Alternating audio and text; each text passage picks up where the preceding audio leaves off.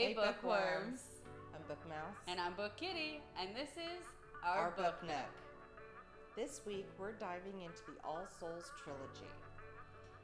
We're starting with Book 1, New York Times bestseller, A Discovery of Witches by Deborah Harkness.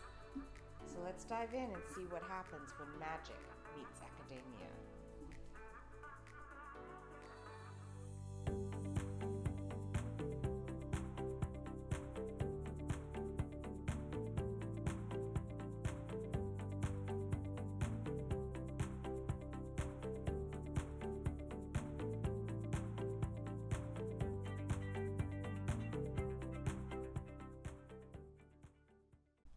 Thanks for joining us this week.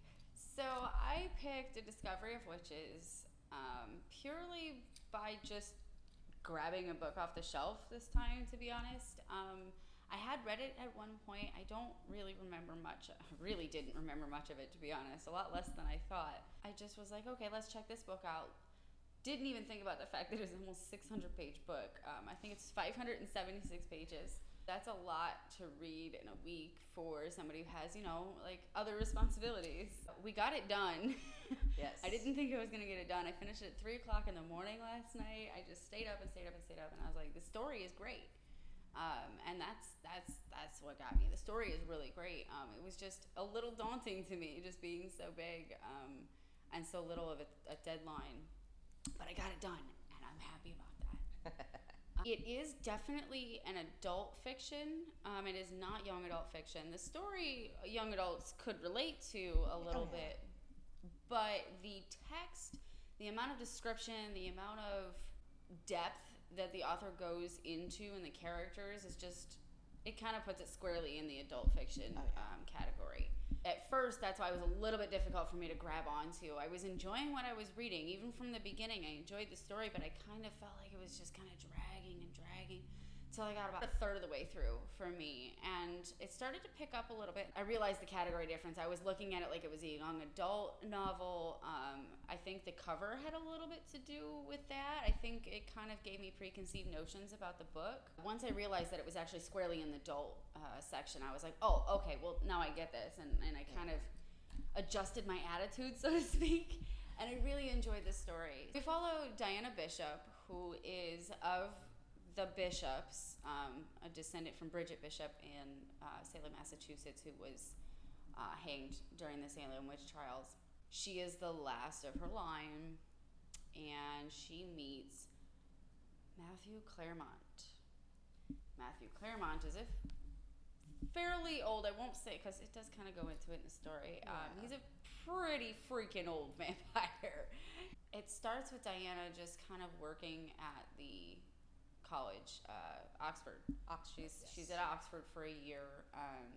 She has tenure at Yale, and she's working on alchemic manuscripts. She's an alchemic historian, so she's a very niche group. She's doing her study for this conference that she's a keynote speaker at, and he sees her use a little magic, which she has denied. Busted. She has denied herself her magic. She doesn't want the magic. She didn't want to get ahead academically because of her magic. And I can understand that. I really can. But she was denying who she was, and he kind of spotted her, and events unfold rather quickly, though the book doesn't read quickly. No. The events unfold really quickly, but there's a lot of description. You're really in Diana's head. It is told from a first-person perspective with a little bit of omniscience here and there, just kind of like a little bit removed from Diana, where you get a little bit of insight into Matthew and his doings and so on and so forth. But it is primarily from Diana's first-person perspective, and you really get into her head. So the book doesn't read quickly, but the events unfold pretty quickly. And shit goes left, man. There are demons and witches and vampires all trying to get their hands on this thing, and they think that she has something to do with it, and she has no idea because she's rejected magic her whole life. She's rejected who she is, so now she's starting off really far behind. It's an adult story of trying to find yourself. Yes.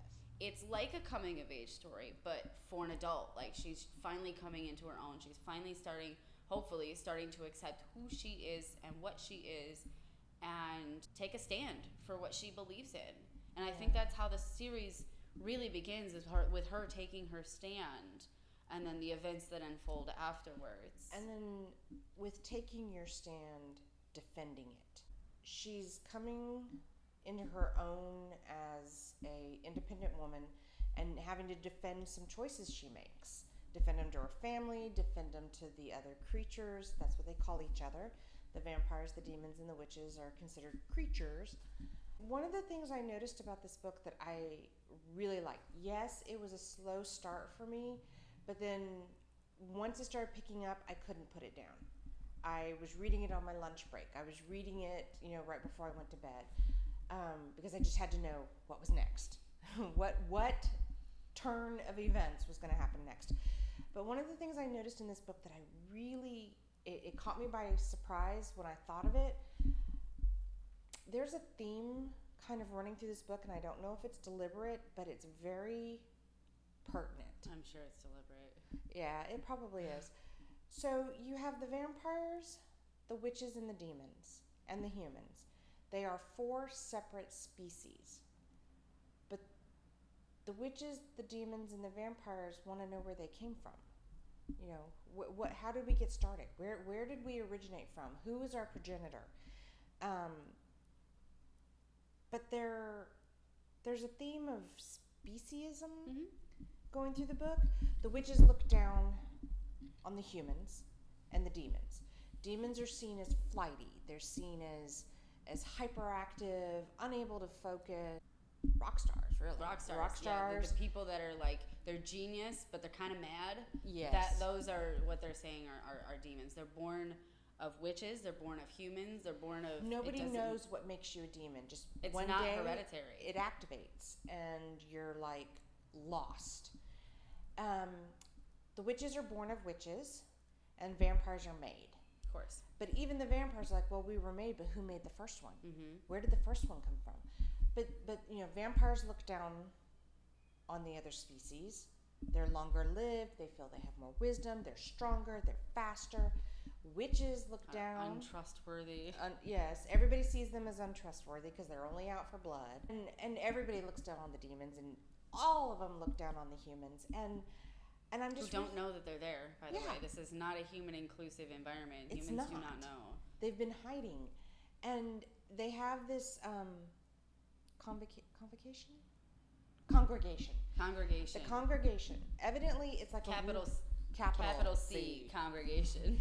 So evidently, this is like a ruling body that was made 1,000 years ago. It has 3 witches, 3 demons, 3 vampires on it, and they made rules that supposedly was supposed to help them live and avoid the humans' notice. But some of these rules remind me of some of the laws that we've had to abolish in our own country. There will be no intermarriage, intermixing, interbreeding of the species, period. None. It's punishable. And it has been for thousands of years. For thousands of years. And it doesn't outright come out and say it, but I get the feeling that death is not off the list of punishments. Oh no, it's chief among them. Matter of fact, they imply that one character, and I'm not going to go specific, so don't worry, no spoilers, but there's one character that is told, listen, if you want to be with this other character, you need to become what he is. Period. Or die. Or die. It's as simple as that in their world. Well, up until now. And I like the fact that she explores what happens when somebody with a strength of will... such a strength. Is willing to risk everything to be who they are and with the one they want to be with. And the lengths they'll go to protect that nebulous relationship and give it a chance. Oh, she goes so far. And I love the fact that, a lot of people would cave under the pressure. Okay, fine. But she doesn't do that. They don't do that. They actually stand up for themselves. And say no. This is right. This is who we are. I love that little look at racism and speciesism, and we're better than you because A, and we're better than you because of B, and nobody's better than anybody. And all the while, they're talking about little glimpses into what Matthew is studying, and he's essentially studying not only who's our progenitor, but why are all our species seeming to be dying off? Birth rates He down. notices that birth rates are down. He notices witches their powers are diminishing. Vampires can't turn humans anymore. They're having trouble successfully turning humans.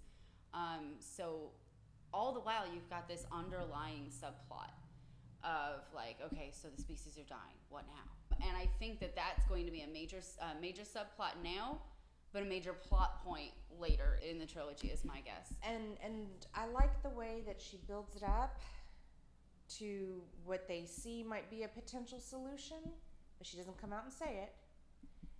And then you get this urge to see what happens next. Like, I need to know, did they come up with a solution? Did it work? And I need to know. I know, I've already demanded to have book two. Don't worry, I have book two upstairs. You will have it before you leave. I just really liked some of the accuracies too. Some of these characters are long-lived, so they've seen events. And known people. And they are not stupid. Matthew alone has multiple degrees. Multiple PhDs, masters. He's just been an academic for a long ass time. A long time. And so some of the things that she talks about in the books, when Matthew goes on one of his spiels about what he's studying in creature DNA, it doesn't feel fake. It doesn't feel over my head either. I know it wasn't overly scientific. It wasn't, yeah. But she was using the correct terms because I had enough. to go look some of them up. It's just enough scientific to like. Maybe not every layperson would understand every word, but you could infer based on context pretty easily. So it's not an adult fiction because it's a difficult read or because the language is advanced or the words are, big and scary. No, it's just simply because of the content and the way the author constructs the story and the background. But I like the way Kitty said, this is a character-driven book. There are a lot of characters that you meet, and you get kind of a peek at all of them. Yeah. Even if they only come in fleeting, you get a little sense of what that character wants. What they stand for. What they stand for and what they crave. And some of them are not nice. There's a war brewing. Some of them are not pretty. nice. It's not pretty. But you get a sense of them. You get a sense of why they may be doing what they're doing. And some of it is altruistic, some of it is materialistic, some of it is just outright viciousness. Some of it is just simply driven by control.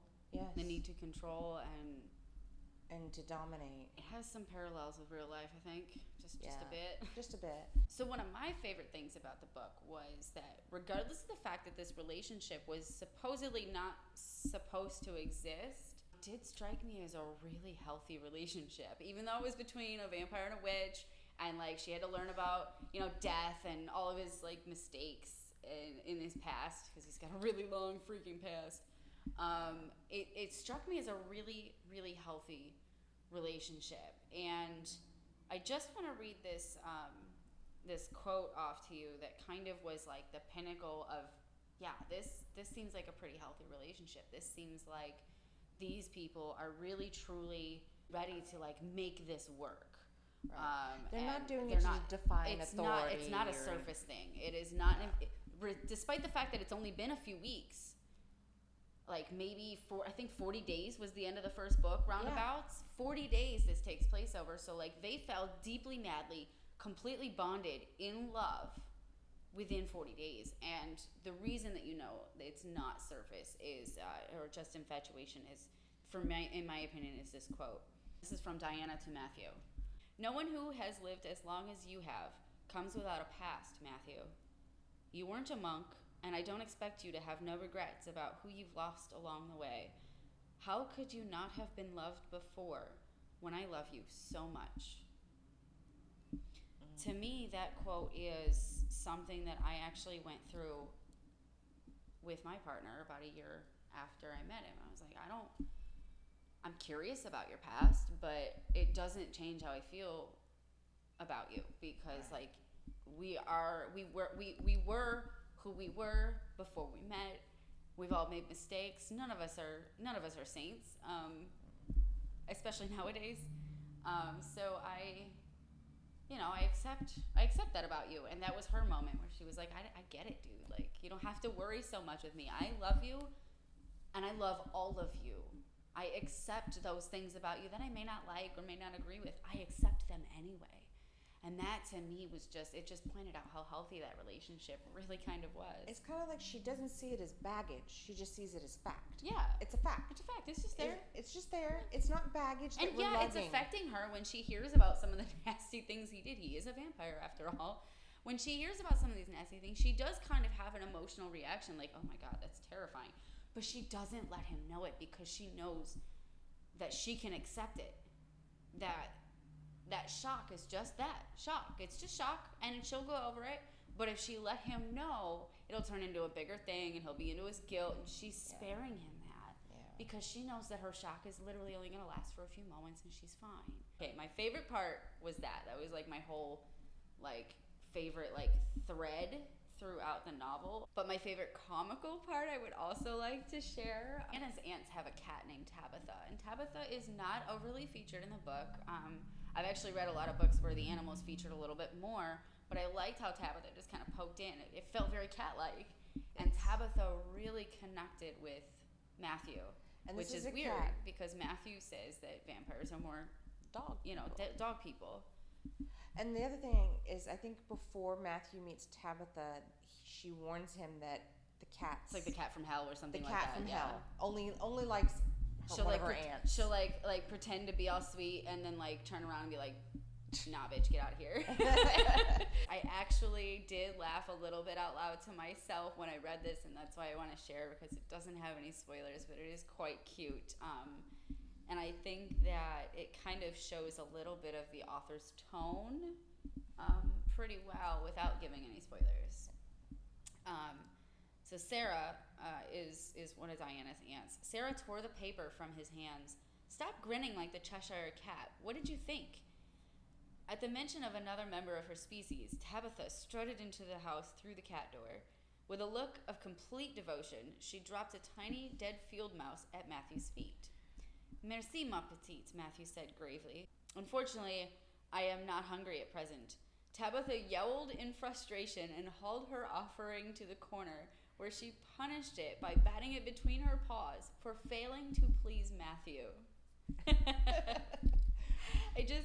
I love that last little part for failing to please Matthew, because it really even that little bit gets into the mind of the cat. Yeah. Like, she really has a knack for getting into the mind of these characters, and I love that.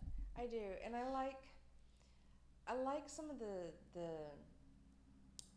there are some ghosts in the story. I forgot. There are some ghosts in the story. But even though they're just a side, they're just kind of there. They're just kind of there. And only some people see them. But it's funny when the ghost makes a comment and only the person that can see him hears it, and they're like responding to it or whatever, and everybody else is like, you okay over there? What you doing? Oh, you see grandma. Okay, cool. Oh my God, and the house has a personality. The house is so sentient. Oh my God, I love it. Well, either it's sentient or it has a very powerful magic spell or something. It's absorbed. Put on it. I mean, this is the Bishop house. So generations have lived in this house. Yeah. So the house shows it's pretty sentient. Yeah. When it's upset, it slams doors. It will add an entire bedroom because the house knows before the inhabitants know that they're expecting company. And be like, oh, there's a new room. Wait, where?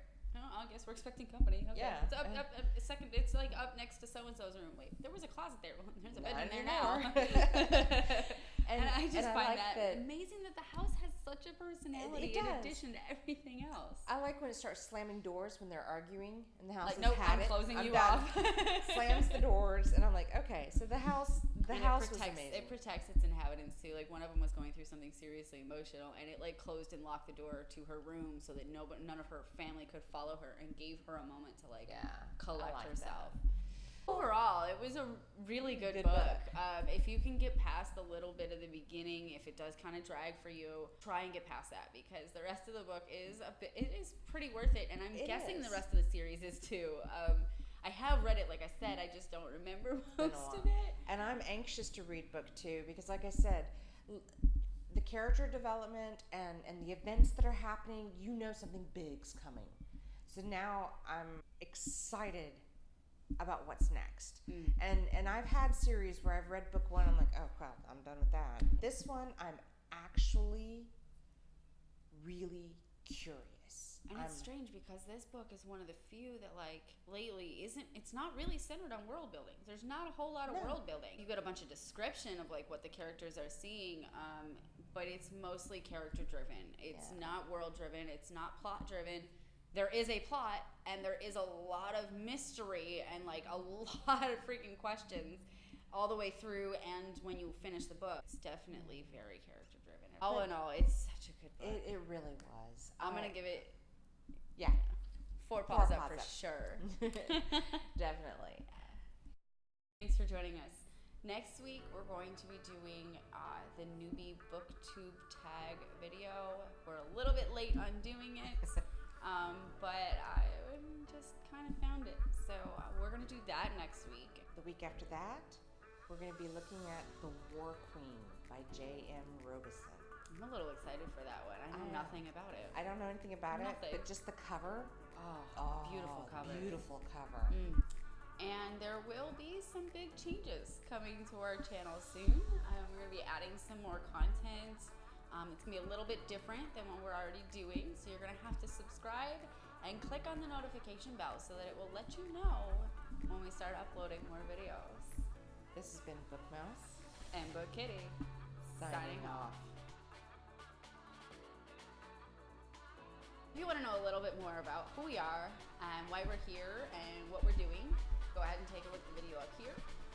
If you want to take a look at one of the more fun books that we've read, go ahead and take a look at Night of the Living Trekkies down there. And don't forget to hit subscribe below. So